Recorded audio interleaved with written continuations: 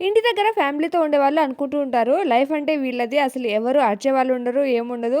వాళ్ళ బుద్ధి పుట్టినట్టు వండుకుంటూ, తినుకుంటూ ఉంటారు అనని. అలా అనుకుంటే మీరు పన్నీర్ పప్పులో కాలేసినట్టే ఎవరితోనన్నా ఉంటేనే మనం కొంచెం భయంగా, కడుపుకు నిండుగా వండుకొని తింటాము. ఎవరు లేకుంటే మన బుద్ధి పుట్టినట్టు ఉంటామనమాట.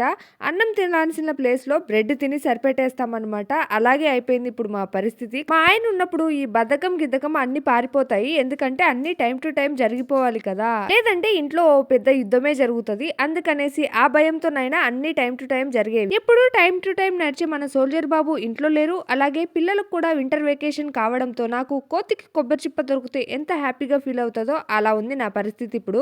అలాగని ఎక్కువగా హ్యాపీగా ఫీల్ అవ్వాల్సిన అవసరం కూడా లేదు. ఎందుకంటే నన్ను ప్రశాంతంగా ఉంచకుండా ఉండడానికి మా ఫ్రెండ్స్ ఎప్పుడూ స్టిచ్చింగ్ కోసం ఏవో ఒక బట్టలు, చీరలు, బ్లౌజులు అలాంటివన్నీ తీసుకొచ్చి పెడుతూ ఉంటారనమాట. కాబట్టి నేను ఈ వింటర్‌లో బద్ధకంగా కంబల్లో దూరి నిద్రపోతూ ఉందామని ఎన్నెన్నో ప్లాన్స్ చేసుకున్నా, ఆ ప్లాన్స్ అన్నీ అట్టర్ ఫ్లాప్ అయిపోతున్నాయి. మా ఫ్రెండ్స్ నా దగ్గరికి స్టిచ్చింగ్ కోసం బట్టలు కాదు, నాకు తలనొప్పులు, టెన్షన్‌లు అయితే తీసుకొస్తారు. మనం చేసే వర్క్ ఏదైనా సరే మనకు భారంగా, బాధగా ఫీల్ అవ్వకూడదు అనంటే మన బాడీ, మైండ్ 2 సింక్‌లో పనిచేయాలి. అది అసలు జరగని పని. మైండ్ ఏమో మోటివేట్ చేస్తా ఉంటది. బాడీ ఏమో దానికి సహకరించదనమాట.